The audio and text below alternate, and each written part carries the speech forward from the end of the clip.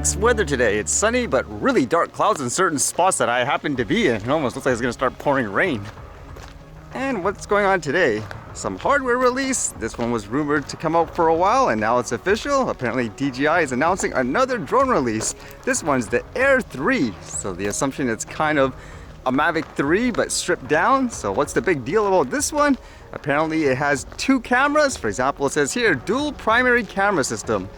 It says the Air 3 boasts the first dual primary camera system of the Air series, embedded a 1.3-inch CMOS wide-angle camera and a 1.3-inch CMOS 3x medium telecamera in a sleek and compact body.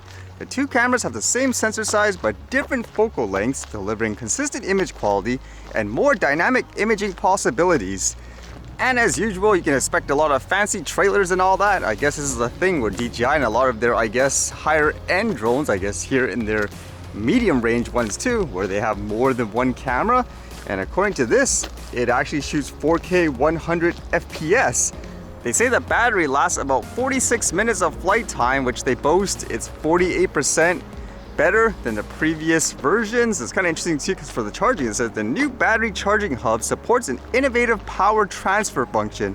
Simply press and hold the function button to transfer the remaining power from multiple batteries to the battery with the highest remaining power, giving you a more fully charged battery in situations where charging options are limited. That's kind of interesting, although, is that a good idea? I know they say you shouldn't drain the batteries completely at times, maybe once in a while. So I don't know if that's a good idea in terms of the long-term life of the battery, but either way, it's convenient, I suppose, for people who need more power, especially when they're on the go. And the other thing that got me kind of curious when I was watching the trailer was there was one part where it looked like they're coming out of a dark area with a lot of trees, and the video quality looked like it dropped significantly. I don't know if that was due to a technical error. So it got me kind of interested to look at the specs and all that. And one thing I noticed was the sensor size compared to the previous version is actually smaller, because this one has a 1.3 inch and the previous one had a 1 inch.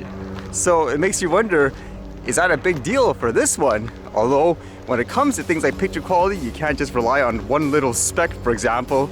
Otherwise it'll kind of be like saying these smartphones have, X amount of megapixels. Like obviously those things are no match for a really high-end camera, but that's just kind of an interesting thing I noticed. But of course the big question is the price. How much does it cost? According to their website, the DJI Air 3 is $1,029. This is one with the DJI RCN2, and then you can buy things like the Fly More combos, for example, with the highest one being $1,429. That's the one with the screen in it. So is the value proposition enough to get you to upgrade if you already have a drone, or would you get it if it's your first drone? I think in general, if you haven't owned anything before, then it could be a good option. I know for myself anyways, I think of things, for example, you could get the drone that's the best in the world, but if you can't fly it, then what's the point, I always say?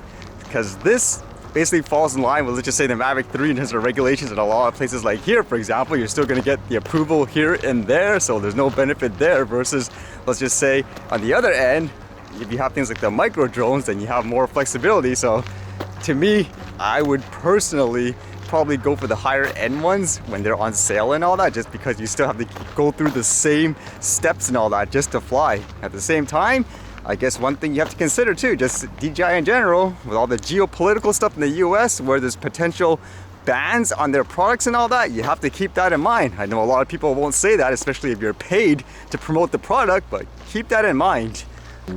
And more news about the US saying Russia has, in a sense, been getting really close to its drones. In this case, they say they damaged it. This one says, Russian unprofessional behavior over Syria.